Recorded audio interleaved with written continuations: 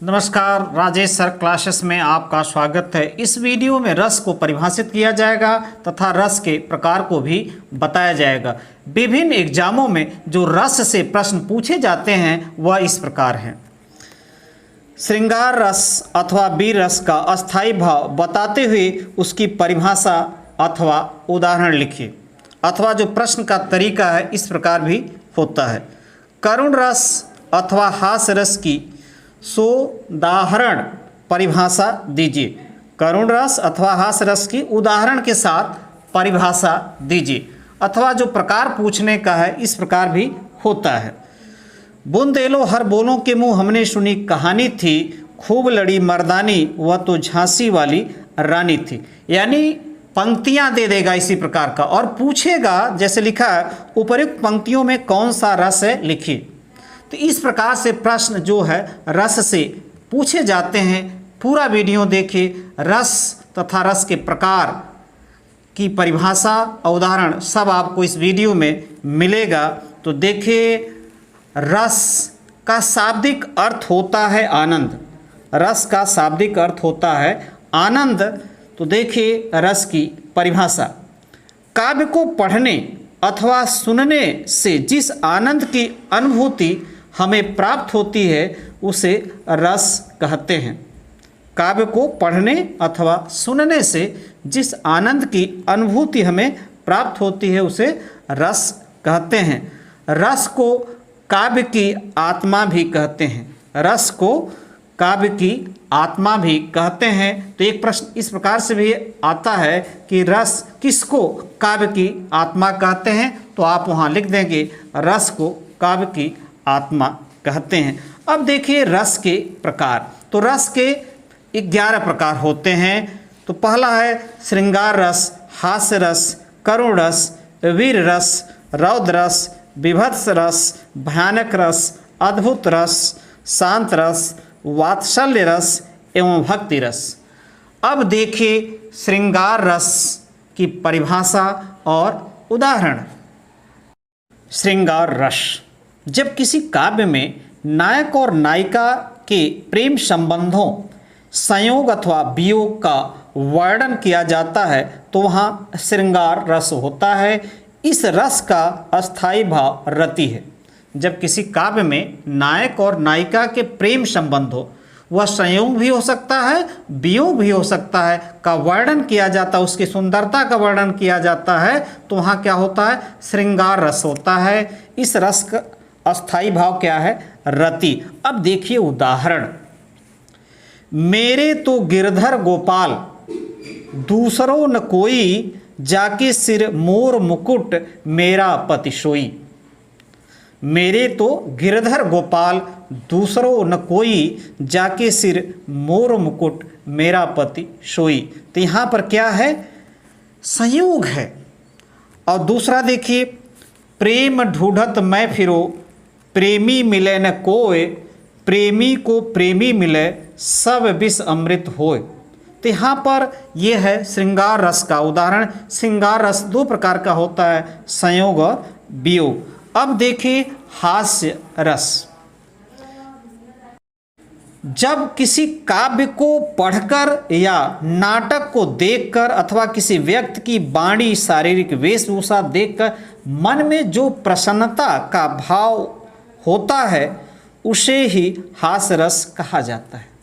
जब किसी काव्य को पढ़कर या नाटक को देखकर अथवा किसी व्यक्ति की वाणी, शारीरिक वेशभूषा देखकर मन में जो प्रसन्नता का भाव होता है उसे ही हास्य रस कहा जाता है। हास्य रस का अस्थायी भाव हास्य होता है। हास्य रस का अस्थायी भाव क्या होता है हास्य होता है। अब देखिए उदाहरण। लखन कहा हंसी हमरे जाना, सुनहु देव शब धनुष समाना, का छति लाभ जनु धन तोरे, देखा राम नयन के भोरे।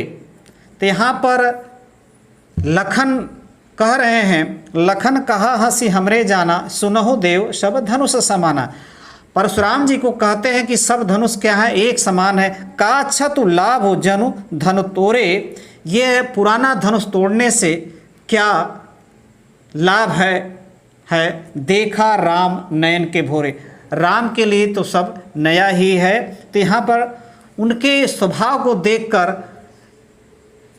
परशुराम जी के स्वभाव को देखकर लक्ष्मण को हंसी आती है। और यहाँ पर इस पंक्तियों में क्या है, हास्य रस है। अब देखिए करुण रस। जब किसी प्रिय वस्तु के नष्ट होने या अपने किसी प्रिय के बिछोड़ने या दूर चले जाने से जो कष्ट अथवा वेदना उत्पन्न होती है उसे करुण रस कहते हैं। जब किसी प्रिय वस्तु के नष्ट होने या अपने किसी प्रिय के बिछोड़ने या दूर चले जाने से जो कष्ट तथा वेदना उत्पन्न होती है उसे करुण रस कहते हैं। इस रस का अस्थाई भाव शोक होता है। इस रस का अस्थाई भाव क्या होता है, शोक होता है। अब देखिए उदाहरण, शोक विकल सब रोहि रानी, रिपु शीलु बलु तेजु बखानी, करहि विलाप अनेक प्रकारा, परहि भूमि तल बारहि बारा। शोक विकल सब रोहि रानी, यानी शोक में विह्वल होकर सभी रानियां रो रही हैं। रिपु यानी रूप, शील, बल, तेज बखान रही हैं। और करहि विलाप अनेक प्रकार से ये कहकर विलाप कर रही हैं। और परहि भूमि तल बारहि बारा, और भूमि पर बार बार गिर रहे हैं। अब देखिए अगला रस, चौथा वीर रस। जब किसी काव्य के पढ़ने अथवा नाटक को देखने से मन में वीरता जैसे भाव उत्पन्न होते हैं तो उसे वीर रस कहा जाता है।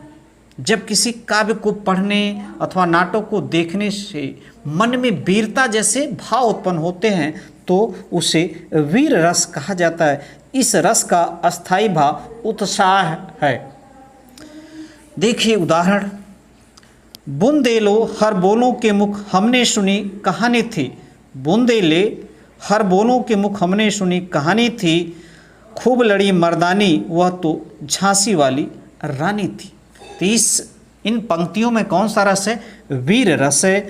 अब देखिए रौद्र रस। जब किसी काव्य में दुष्ट व्यक्ति द्वारा सज्जन व्यक्ति को अपमानित किया जाता है या धर्म समाज आदि का अपमान होता है तो वहाँ रौद्र रस होता है। इस रस का स्थायी भाव क्रोध है।